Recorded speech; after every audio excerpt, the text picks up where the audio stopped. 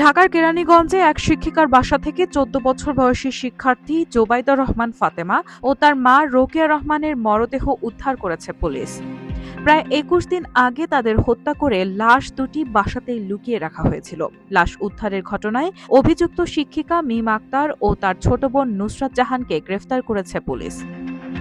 Keraniganj model থানার OC বলেছে, গত ২৫ ডিসেম্বর বিকেলে ফাতেমা প্রাইভেট পড়তে শিক্ষিকার বাসায় যায়। পরে মেয়েকে খুঁজতে সেখানে তার মা রোকেয়া যান। ওই দিনই প্রথমে ফাতেমাকে এবং পরে রোকেয়াকে শ্বাসরোধে হত্যা করেন শিক্ষিকা মিম ও তার বোন নুসরাত।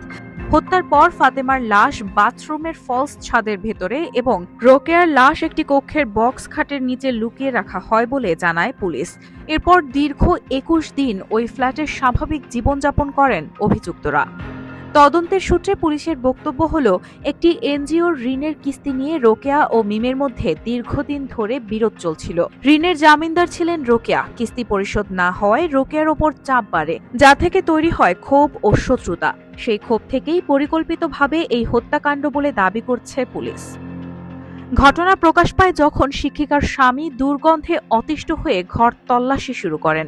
এক পর্যায়ে খাটের নিচে মরদেহ দেখতে পেয়ে তিনি চিৎকার করেন। খবর পেয়ে পুলিশ এসে মরদেহ উদ্ধার সহ অভিযুক্তদের গ্রেফতার করে। এই ঘটনায় পুলিশের ভূমিকা নিয়েও প্রশ্ন উঠেছে। নিহত রোকেয়ার স্বামী শাহিন আহমেদ অভিযোগ করেন, বারবার বলার পরও পুলিশ ওই ফ্ল্যাটে তল্লাশি বা সিসিটিভি ফুটেজ বিশ্লেষণ করেননি।